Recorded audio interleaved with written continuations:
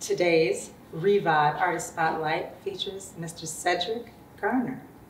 Hi. Thank you for joining us, Cedric. Thank you. Thank you for having me. Definitely. So, we want to explore what your artist journey is, and specifically, what is your artistic history in Milwaukee? In Milwaukee, okay, so if I said it all, it'll be too long. But we'll start off with high school into college. So I started dancing, and I took it seriously in high school with Shirley Gilbert, and that was at Washington High School, which opened up some doors for me to go to college at UW Milwaukee. And at UW Milwaukee, I was able to meet Amy Brinkman, which she started my dance career when it comes to like teaching and choreography. Okay, so professionally, do you have a preference of working with children or adults? Actually, I don't have a preference. As long as the people are willing to work hard, I really don't have a preference. So tell me a little bit about Davis Dancers. Okay, so Davis Dancers, so I've been with the Davis Dancers now for about 5 years at the Boys and Girls Club of Greater Milwaukee. And it was started with a group that was already in existence, which is called Dance Fusion with Jade Sharon. Okay, so when I came into that situation, I realized that the kids had a lot of spunk, I would say, and I just wanted to tie that spunk to something that was outside of Milwaukee and give them the opportunities to travel, to perform, to compete. And so right now they're doing a great job. They're 3-time national champions at Monsters of Hip Hop. Most of them dance for the Milwaukee Bucks.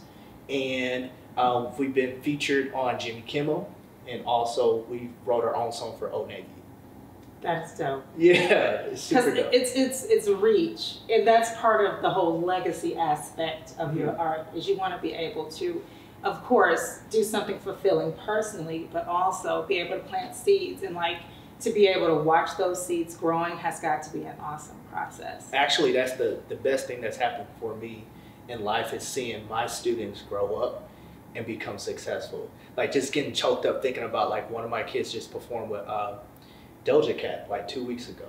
And it's just to say like, wow, that's amazing to see that talent from Milwaukee be connected all the way to their dreams.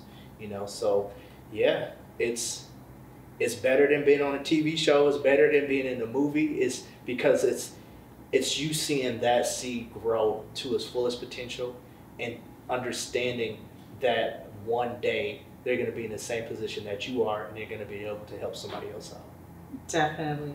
I think sometimes in the arts community, people are so focused on the performance aspect of things and just being on the stage, but there are so many different aspects and so many ways that you can, broaden your reach, expand your reach beyond one show, one performance, one song. And so I think it's beautiful how you have like designed that facet of your artistry to give to children and to nurture the art that they have in themselves. Because I think a lot of people would say the dance community, especially like the cultural dance community in Milwaukee, is kind of like hidden. It's there, but you sort of have to like know who's who. You gotta dig a little bit to find it. So providing that kind of presence and being like a staple in Milwaukee for dance is really important. So how do you feel about the exposure that Black dancers receive in Milwaukee currently? I think it's getting better. Like Milwaukee Magazine just shouted out Fern Bronson, with Kofi, and I think it's getting better, but it's not there yet. It's not on the same level as Atlanta or any other place, and dancers already, we have to kind of like fight for our territory. So I think there needs to be more opportunity, specific opportunity for African Americans, people of color. How do you feel like you fit into that transition or into that change? How do I fit in? Well, I fit in a way that hopefully that I'm doing my best to connect the dots to those opportunities for children and for people. A big thing that I do is I advocate for people's fair pay. Yes. You know, behind closed doors, you know, sometimes people are like, man, he's kind of a tyrant when it comes to money. But I'm like, hey, if you're going to hire my little kid or one of my dancers, you better do it the right way, you know? So I feel like that's one of the ways that I am fighting for our people. Is because I'm tired of the $50 jobs. I'm tired of the $100 jobs. I want our people to be successful. Definitely, like art is activism. And so it's beautiful, and it helps you to sustain, you know, your art when you have that passion, when you have that push, and when you identify it. And just tying back to what you were saying about you lobbying for fair, like equitable compensation, because we want to abolish the whole thought process of a starving artist. Because why should an artist starve? Like, you have a gift, a talent, something that other people want. They should pay for it. Like, there's no reason why an artist, a quality artist, should ever be starving or struggling, you know, if they are working their gift in the right way.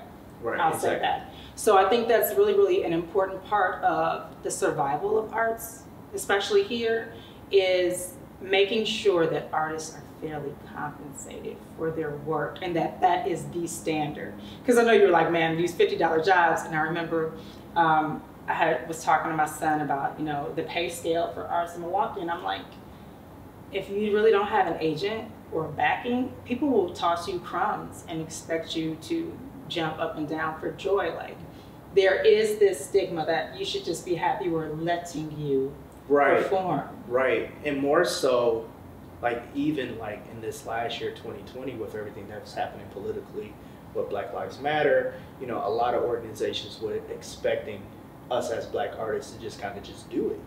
And I'm like, whoa, you can't just have us do it. It's still our art form. So there are some respectable organizations here in Milwaukee that did compensate the artists for speaking about Black Lives Matter, but there are a lot that really wanted you to just kind of like, hey, be that solution for that moment, and not really want to invest with you or invest in you or your community after that. So getting back to like the Davis dancers with the Boys and Girls Club, you know, that's a part of our situation there. It's a part of our education that they know their worth right away. They know that there's a scale that's equitable, not only here in Milwaukee, but also in LA. They know the power of, you know, their rights when it comes to being on set, what's expected on set for them. So they know all of that. And I think it's important that you teach our youth their worth at a young age. And then when they get to that point in their career that things are opening or the doors are opening, that they can look at these contracts and say, okay, I know what he's talking about. You know, I know what she's talking about. I know what they're talking about. Yeah, and I know this ain't gonna work for me, or I know this is a good deal. And I think artistic literacy is so very important. But a lot of times that's not even approached because people aren't looking at their art as an actual business. They're thinking it's something I'm good at. Exactly. Something I do. Exactly. Something like, oh, I've done this at church every year, or every time my family gets around, I'm the one they call to sing, or I'm the one they call to do whatever. And so being able to change that and transition that into and actually a career that pays, I think is huge, because so often educationally we focus on like careers that you need college for. And we all know that college is great, but it's not for everyone. And what you do when you get an artist paid is you put them on par with every other profession, you know? And I think that's really important because art rules the world. Like, art is such a change agent. So knowing that you are instilling those values in the children is like so awfully dope to me, because they can grow up knowing, like, I have a skill, I have a marketable skill, I have a talent, I can do something that I actually love and good at, and I can get paid for it. And so often we were told, like, don't do art because ain't no money in that. yeah, big time. So, you know, I know you just mentioned like education, how it kind of ties together. So that's what I'm doing right now. I actually went back to University of Milwaukee because of the pandemic. And I was just like, I got all this extra time. We can't meet with our children during the day. So I'm actually back at university. And the goal is to find that pipeline from education to art and how it translates to the business world. That's the goal that I'm working on now. Like, it's interesting that you can get a 4-year degree in any art form, but then you have to go and hit the floor running for opportunities. Versus like engineering, you already having people like seeking you out. This firm wants you to come to do this internship. So I feel like that is what we need to focus on, what I need to focus on, is what that looks like in the next 10 years here in Milwaukee. If you get a degree from University of Milwaukee, what is your opportunities? How are you paying that money back? Because most of the time people are taking out loans. Mm-hmm. Like, you don't want to go into debt for something you love, right? So, right. Yeah. Okay, so I think you answered like where you fit into it. I'm seeing like how the puzzle pieces fit together in changing the landscape of the artistic community here in Milwaukee. So something had to inspire you and light your fire to even be a part of this on that level. And what was that? Man, what was that? What was that? Who was that? Who was that? That was Debbie Allen. Dope. Debbie Allen. So Debbie Allen was my mentor and still is my mentor. So I did So You Think You Can Dance, and towards the end of this season, she said, do you want to come and study at the Debbie Allen Dance Academy? I was like, absolutely. But I didn't know that she was going to invest in me the way that she did. So when you talk about somebody who's a champion for the arts, she is that person. You know, 90% of her kids are on scholarship, including me. I was old, 23 years old, dancing ballet in tights with 5 and 6-year-olds. But it was the thing that people don't understand was I was 23 years old in a condo that she paid for and gave me a stipend every month to pursue my dreams. You know, so it's just like when you say, why am I fighting the way I'm fighting, is because it's needed. It's really needed in our community, but it's really needed on a level that makes sense in the corporate boardroom. Definitely. Like, those are the investments, the time, the energy, the ability to give your talent to people in a tangible way. Those are the investments that create returns that you just cannot measure on a monetary scale. Because we know it's about the money, we know that. But just the fact that... not necessarily always the money. I'm not saying it's just about the money, but like we know that money is a facet because we need money in order to survive here. Yeah. But just being able to see the return on the investment of your energy and your talent in people, I think that is just so awesome to see that in real time. You know what I'm saying? So like you had one of the greats like give something to you, like put their love in you basically. So kudos to Debbie Allen, because man, she is definitely, I mean, but it's just like people see her and her glitz and glam and what she is, and she's amazing in everything she does, but the hard work, like I remember like going to the movies and it was for, I'm trying to remember what show it was, but she had the flyers in her purse and we was at the movie theater and she's like, here you go. Shows next week. But it was just like, if she can be that passionate about her children that she's telling strangers to come watch her children because she's that passionate that she has a flyer in her purse, I need to be that passionate too. Yes. You know, I need to be out here like just promoting the heck out of our kids, like really, like, and I love them so much, you know, like when it comes to like not just the ideal of them being artists, but who they are as people. You know, they are definitely kicking butt in life right now. And I feel that from you in such a genuine way. And that's because art is like a breath. You know what I'm saying? It's like when you remove art from an educational situation, you create such a void, a huge void. And so yes, children who are artistically inclined or just receive artistic outlets in education do so much better in school as a whole than children who just don't. How do you see yourself bridging gaps between the current lack of arts education in our schools and, you know, artistic expression? You know, that's the reason why I did join the Boys and Girls Club, is because I felt like that was the avenue. But now that I think about it more and more, I feel like there has to be an institute that teaches both, how they correlate. And it has to be in the center of the city, and it has to be for people who need it. So,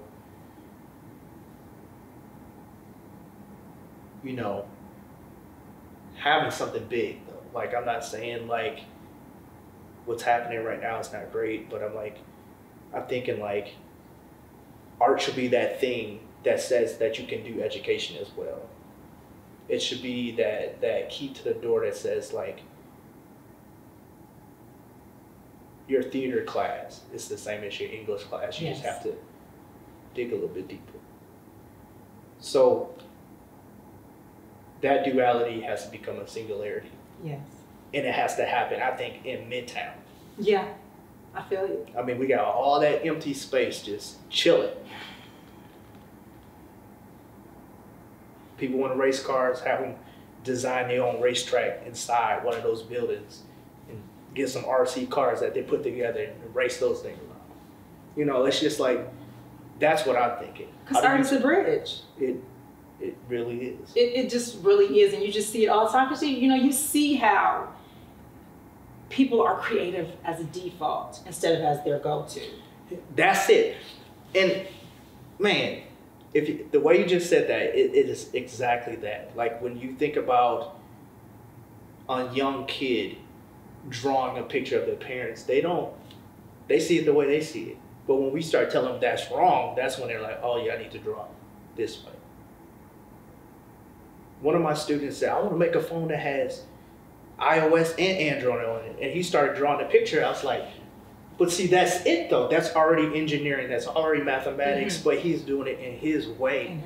And so it's just like, why don't we have something that, a place, an institution that helps children see that what they're doing is everything that academics is already asking of them. I used to tell my nephew, because he was really, really into basketball, and he was having some issues with math, like a lot of people do.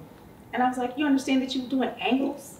Exactly. Baby, when you hitting them shots, that's the money, that's angles. You are constantly, you are actually acting out mathematics all the time. Like there has to be, but me saying that to him in that instance felt like a foreign concept when nothing else is being integrated and nothing else is being taught from a holistic standpoint.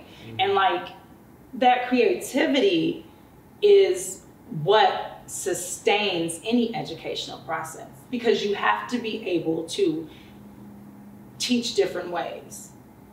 I'm not going to get it the way you teach it the first time. I can't expect everybody to get it the way that one person teaches it the first time. So as a teacher, I have to be able to create new ways or think of new avenues to get the same message across to like myriad children. So what you're saying about the arts, because the building, Inner City Arts Council, I remember, do you remember the Inner City Arts Council? No, you have to talk to me. Did you remember? Okay, like, and I was like, I'm like super you have to talk to because me now. Like, the Inner City Arts Council was that building, I think it's on 7th and North Avenue. It's huge. Remember the beautiful mural on the side of it? Exactly.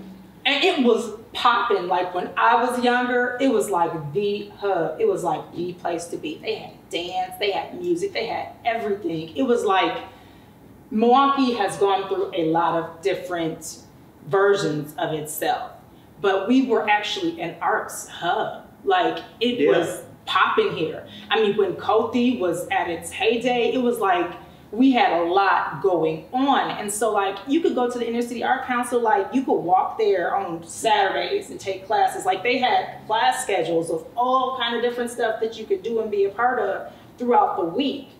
And it was there, and it was, accessible. It was right on 7th and North. It was walking distance for most people. Like you get you and your girl, and y'all would go and walk down to the Inner City Arts Council, and y'all would take a dance class, or you would take a drumming class, or you would take, you know what I'm saying? So that kind of thing where there's just a presence, where there's a building, where there's a place where everybody knows this is where we go to for art.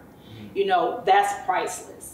To have art be an institution that's a part of the community instead of just something that we have y'all do from time to time. Yeah. Like this was education, this was history, this was culture, this was like everything. It was like a really great way to integrate art into the community was the Inner City Arts Council. So when I think of the current educational situation, I'm like, you know, there's a void. You know, you're not connecting the relevance of art to the educational process for children. And so what we see is what we see. We see like, you know, behavioral issues. We see stagnancy in learning. Test scores are reflecting all these things, and it's like there's no art in the school. There's no art presence. So what do you feel we could do as a community to help to fill in some of those gaps? What can we do? There's so much that we can do. I feel like we just don't do enough. There are organizations that are, you know, tackling this issue, but I think the biggest thing is just like the divide. Like having the silos within the community really hurts us. So it's like you go here for this type of art, you go there for this type of art. These type of arts don't communicate well together. Like, again, having a house, a home that incorporates all of it. You know, that's what I think that we should focus on. I feel that because, you know, there is an issue with the communication between different, even in the same genres of arts. It's like, I think a lot of times we're just so fractured because of small things that we should be able to work out because our power is in our numbers, our strength is in our numbers. And when we're scattered all over the place, it's like, first of all, nobody knows how to get to us.